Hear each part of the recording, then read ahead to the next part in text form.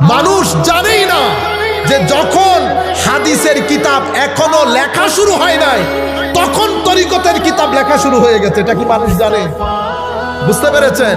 হযরতে গৌসুল আজম আব্দুল কাদের আল জিলানী, আমি জাস্ট একটু করে বলে যাই, বুঝতে পারবেন।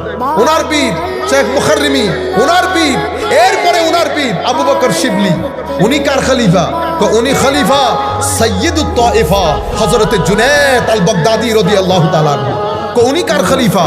তো উনি খলিফা হচ্ছেন হযরতে ওনার মামা হযরতে সরি সাকাতি। তো উনি কার খলিফা? তো হযরত সরি সাকাতি খলিফা হচ্ছে হযরতে মারুফ আল কারখি। মারুফ আল কারখি কার খলিফা? দাউদ আত-তাই। দাউদ আত-তাই কার খলিফা? হযরত হাবিব আল আজমি। হাবিব আল আজমি কার খলিফা? হযরতে হাসান আল বসরি। হাসান আল বসরি হযরত আলী মাওলা আলী কাররামাল্লাহু ওয়াজহাহুল কারীম।